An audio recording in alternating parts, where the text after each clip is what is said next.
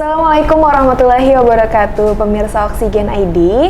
Saat ini kalian sedang menyaksikan Tausiah Harian Ramadan bersama saya Putri Yulianti dan juga pastinya bersama Ustadz Abdul Kafi. Assalamualaikum Ustadz. Waalaikumsalam warahmatullahi wabarakatuh. Bagaimana Ustadz, puasanya lancar? Alhamdulillah sehat. Alhamdulillah. Baik pemirsa, seperti biasa kita akan terlebih dahulu mendengarkan tausiah dari Ustadz Abdul Kafi mengenai bernazar dalam Islam. Oke, kalau gitu langsung saja Ustadz di-share tausiahnya. Baik, terima kasih. Bismillahirrahmanirrahim. Assalamualaikum warahmatullahi wabarakatuh. Alhamdulillahi wa kafa, wassalatu wassalamu ala sayyidina Muhammadinil Mustafa wa ala alihi wa ashabihi wa man ihtada bil huda wa ba'du. Pemirsa Oksigen ID yang insyaallah mudah-mudahan diberkahi oleh Allah Subhanahu wa taala. Pada kesempatan kali ini kita akan membahas tema tentang nazar. Nazar memang ada di dalam Islam. Nazar itu berarti ada janji. Kalau dalam syaraknya, nazar itu adalah janji menyanggupi perbuatan ibadah tertentu. Linaili taqarrubi ilallah, untuk mendapatkan untuk mendekatkan diri kita lebih dekat kepada Allah Subhanahu wa taala. Namun nazar juga itu tidak boleh dijadikan atau bernazar dengan sesuatu hal yang wajib.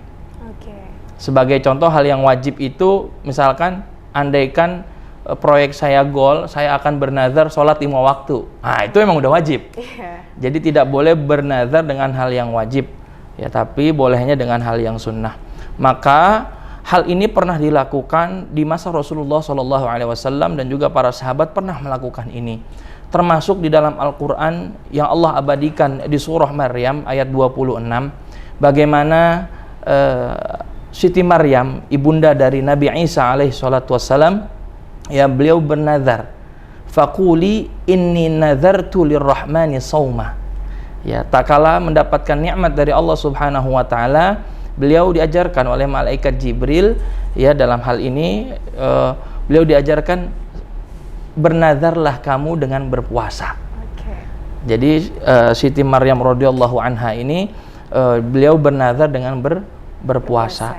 Nah, banyak sekali sebenarnya yang ingin dibahas tentang nazar. Nazar itu ada yang dua, ada yang lafaznya itu lajaj, ada yang tabarrur, artinya khusus, ada juga yang dia umum.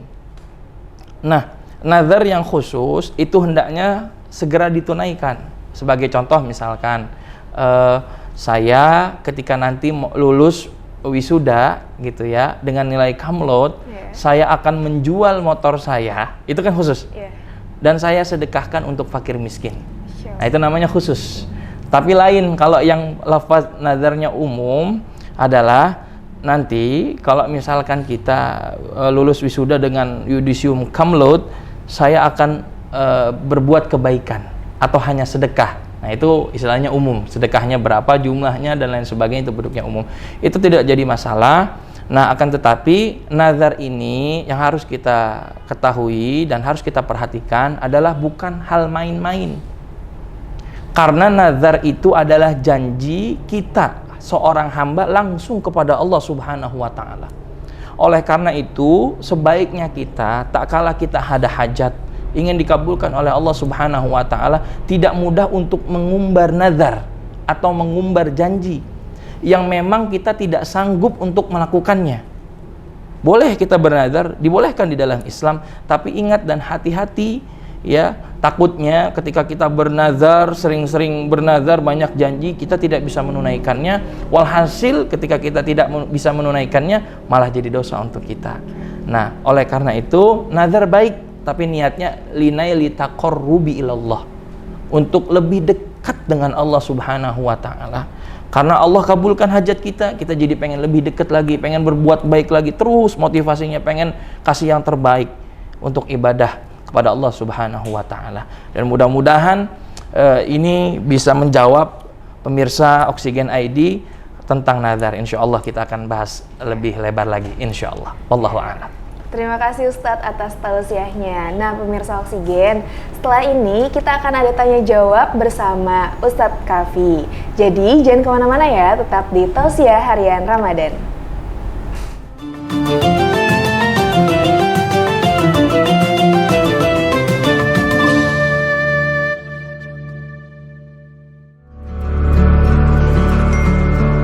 Sekarang, kamu gak perlu khawatir telat bayar tagihan. Karena kini, cukup dengan Mandiri Online, transaksi pembayaran tagihan Oksigen ID Home kamu bisa kamu lakukan kapanpun dan dimanapun.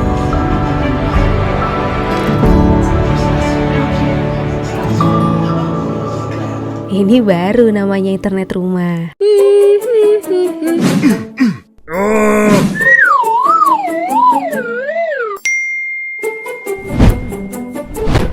Oh no, belum bayar tagihan Oksigen ID Home. Yah, kemana saldo Kibo? Gimana nih? Di OVO. Yah, 20.000. Kemana duit Kibo? Di OVO. Pakai apa bayarnya?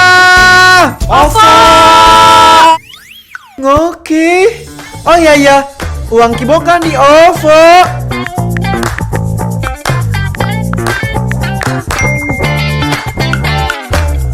Bayar Oksigen ID Home pakai OVO. Impresi.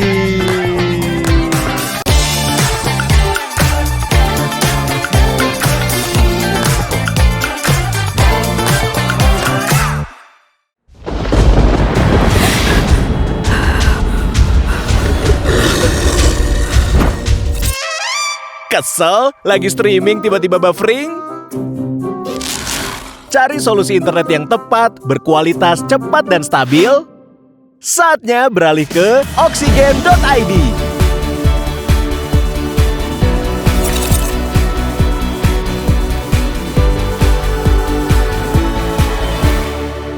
Hai Bun, hari ini aku mau bayar Oksigen ID Home di Alfamart sambil belanja-belanja cantik. Yuk ikutin aku terus ya. Parfum cek, shampoo cek, deterjen, minuman, tisu, snack, make up, bulu mata palsu. Aku udah selesai belanjanya nih Bun, kita bayar dulu yuk. Hai Mbak, Selamat siang. aku sekalian mau bayar tagihan Oksigen ID Home-nya ya. Bisa dibantu kode pembayarannya, Kak? Kita kasih tahu dulu kode pembayarnya ya Bun. Kalian bisa dapatkan kode pembayaran dari billing statement melalui email yang akan kalian terima setiap bulannya. Ini atas nama Amelia ya. Total tagihan Oksigen ID Home-nya 324.000. Pembayarannya sudah berhasil ya. Terima kasih. Jangan lupa bukti pembayarannya ya Bun. Gampang kan?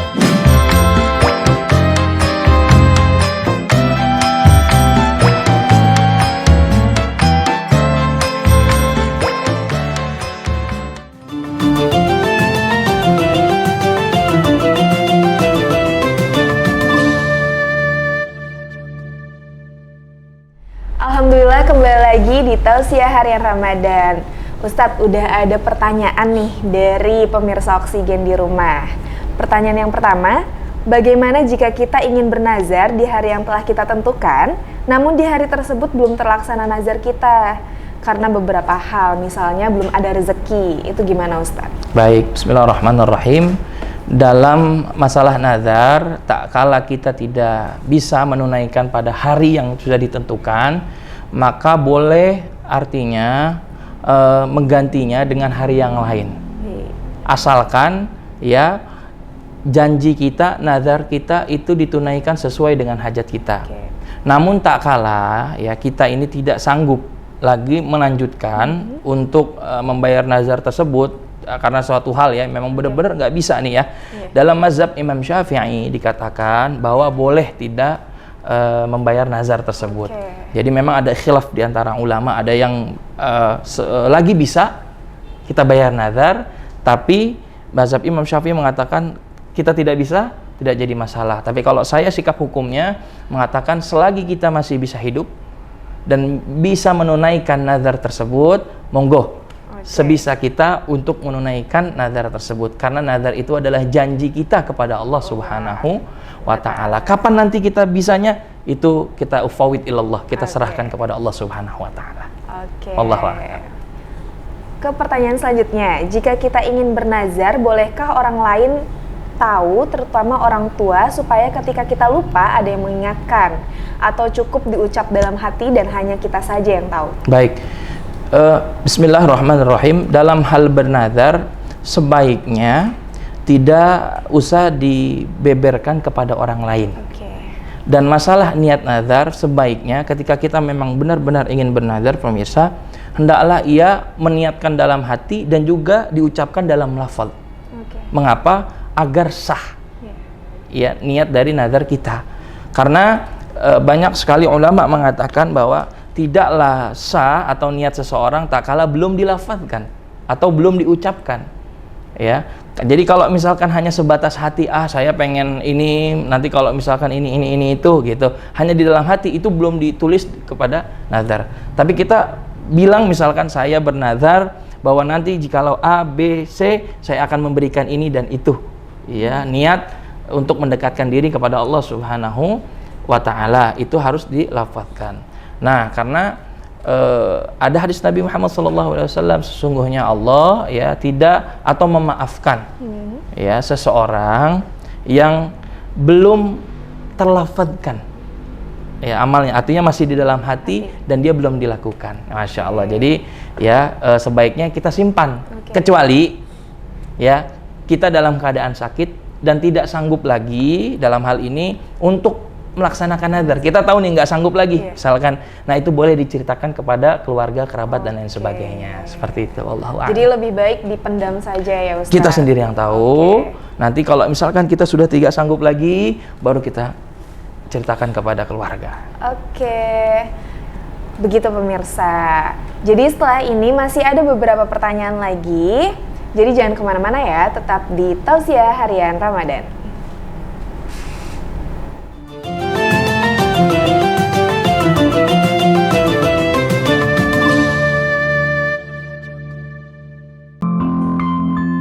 Transformasi digital sekarang dan nanti menjadikan internet kayaknya menjadi kebutuhan pokok.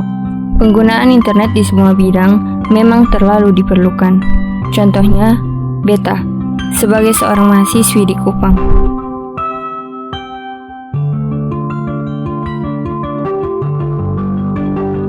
Aktif di sosial media, dengan adanya koneksi internet yang baik, urusan kuliah, sama kerja tugas dan cari materi kuliah, pasti jadi kebutuhan yang harus diutamakan.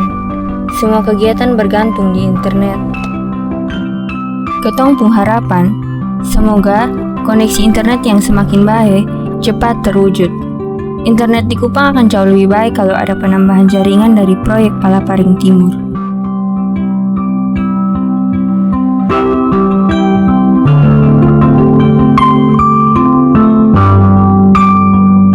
Satu jaringan, satukan negeri untuk Indonesia yang lebih baik.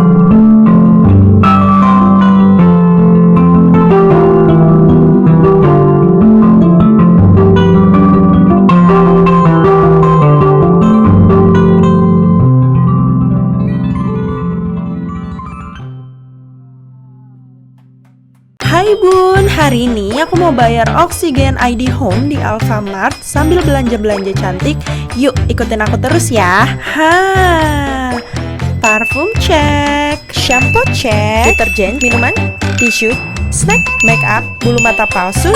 Aku udah selesai belanjanya nih Bun, kita bayar dulu yuk. Hai Mbak, Selamat siang. aku sekalian mau bayar tagihan Oksigen ID Home-nya ya. Bisa dibantu kode pembayarannya Kak? Kita kasih tahu dulu kode pembayarnya ya Bun. Kalian bisa dapatkan kode pembayaran dari billing statement melalui email yang akan kalian terima setiap bulannya. Ini atas nama Amelia ya. Total tagihan Oksigen ID Home-nya 324.000. Pembayarannya sudah berhasil ya. Terima kasih. Jangan lupa bukti pembayarannya ya Bun. Gampang kan?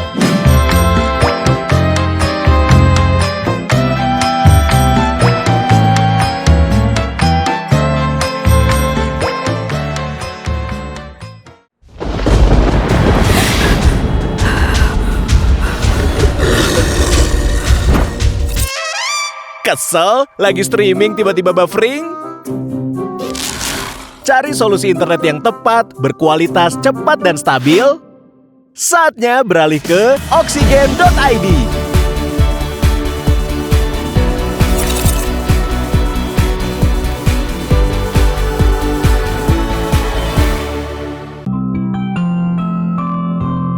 Ini beta dan beta pun kawan-kawan yang tinggal di kepulauan paling timur di Indonesia.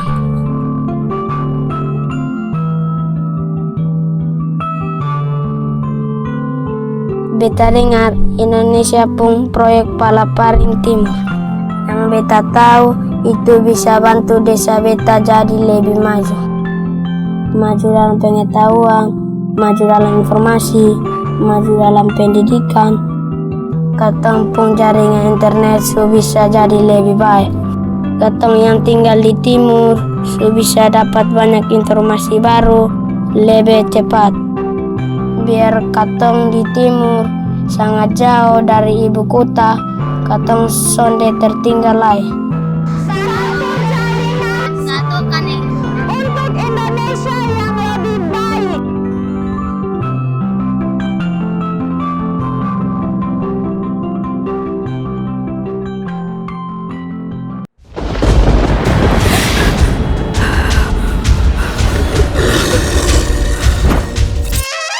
Kesel? Lagi streaming tiba-tiba buffering? Cari solusi internet yang tepat, berkualitas, cepat, dan stabil? Saatnya beralih ke oksigen.id.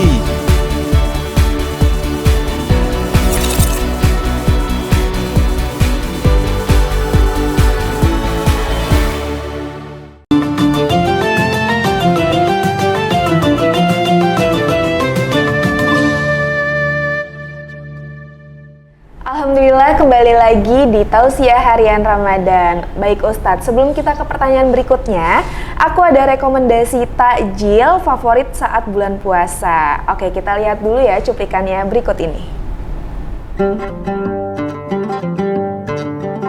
Rekomendasi menu takjil favorit di bulan puasa. Bulan Ramadan yang penuh berkah telah tiba. Kuliner merupakan salah satu hal yang menarik di bulan Ramadan ini.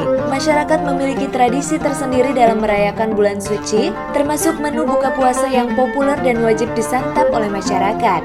Inilah beberapa menu favorit untuk berbuka puasa. Pertama ada kolak. Kolak merupakan jenis makanan yang sering menandakan datangnya bulan Ramadan. Dessert berbahan dasar santan ini dapat divariasikan isinya dengan pisang, ubi, atau labu.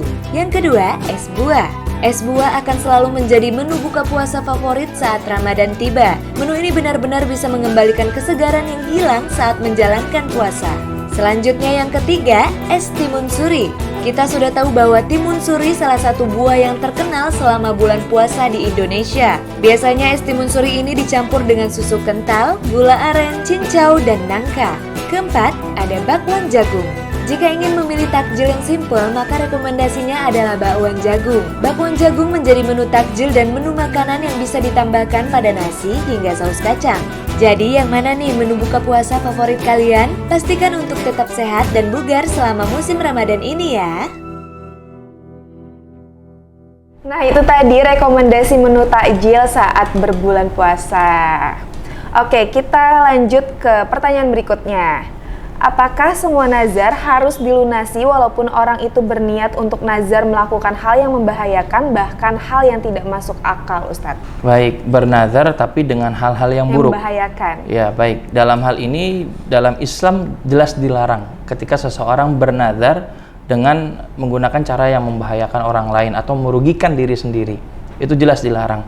Bahkan dalam beberapa mazhab ada dikatakan orang yang bernazar kemudian dia ingin membahayakan orang lain dan diri sendiri, bahkan dia dijatuhi denda atau kafarat. Tadi memberikan 10 fakir miskin makan dan juga berpuasa selama 3 hari. Kenapa? Karena innallaha thayyibun la yaqbalu illa thayyiban. Allah itu adalah yang maha baik dan Allah tidak menerima kecuali yang baik-baik. Oleh karena itu, ketika kita bernazar, hendaklah kita niatkan dengan hal-hal yang baik-baik dan yang kita mampu, jangan yang kita tidak mampu. Contoh misalkan, kalau misalkan saya mendapatkan sesuatu, saya akan berenang ke laut 30 meter. Ya udah tahu dia nggak bisa berenang ya, tapi dia mau nyelam ke laut 30 meter, niscaya dia akan koit ya. Ya, makanya hal itu membahayakan diri sendiri dan itu dilarang ya. Jadi harus kita perhatikan, nazar itu tidak boleh merugikan orang lain dan juga merugikan diri sendiri. Oke, kita lanjut Ustadz ke pertanyaan terakhir. Apakah benar nazar merupakan solusi akhir ketika kita telah ikhtiar dan berdoa untuk mencapai tujuan yang kita inginkan? Sebenarnya jikalau nazar itu adalah solusi terakhir, tidak ya. Karena sebenarnya kalau bagi kita semua, doa saja insya Allah sudah cukup ya untuk mewakili hajat kita dikabul oleh Allah Subhanahu wa taala. Namun terkadang banyak orang yang dia memainkan doa. Artinya ketika doa itu tidak sungguh-sungguh. Kan ada ayatnya di dalam Al-Qur'an, ud'u rabbakum tadarru'an wa khufyah. Innallaha la yuhibbul mu'tadin. Berdoalah kalian kepada Allah tadarru' dengan rendah hati, wa khufyah dengan rasa takut. Innallaha la yuhibbul mu'tadin. Allah itu nggak suka orang-orang yang berlebihan. Nah, makanya kebanyakan orang doa hanya doa aja sebagai formalitas. Tapi jarang sekali orang itu berdoa minta sama Allah itu dengan penuh rendah hati. Jelek-jelekin diri di hadapan Allah. Ya Allah, saya fakir. Saya nggak mampu udah ngadepin ini. Makanya dia merasa rendah hati di hadapan Allah Subhanahu wa taala dan juga penuh rasa takut. Ya, kadang ini kebanyakan orang doa itu ya sebagai formalitas, ya udahlah angkat tangan, imam selesai, ya udah beres gitu loh. Iya, bagaimana mau dikabulkan sedangkan kita sendiri tidak tahu urgensi dari doa tersebut. Ya, oleh karena itu coba deh, doa silahul mukmin. Doa itu adalah senjatanya orang-orang mukmin. Coba kita berdoa dengan rendah hati, dengan penuh rasa takut. Insya Allah ketika kita pasrah, sudah ikhtiar, Allah akan kabulkan hajat kita di waktu dan tempat yang tepat, insya Allah. Insya Allah, amin. Oke pemirsa Oksigen ID, itu adalah pembahasan kita mengenai bernazar dalam Islam. Semoga menjawab pertanyaan dari kalian semua ya. Baik, karena sudah mendekati waktu berbuka puasa, saya Putri Yulianti dan Ustadz Kafi pamit undur diri. Sampai jumpa di tausiah harian Ramadan di setiap harinya pada bulan Ramadan. Wassalamualaikum warahmatullahi wabarakatuh.